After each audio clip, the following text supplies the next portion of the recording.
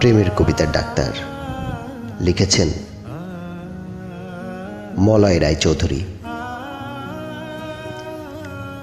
শরীরের প্রতিটি অঙ্গ এক একজন ডাক্তারকে দিয়ে দিয়েছেন উনি। ডাক্তারেরা একে একে যে যার নির্দিষ্ট অঙ্গ যাচাই করে প্রেসক্রিপশন লিখে চলে গেলেন। শেষ ডাক্তার তার নির্দিষ্ট অঙ্গটি নাড়িয়ে চাড়িয়ে জানতে চাইলেন,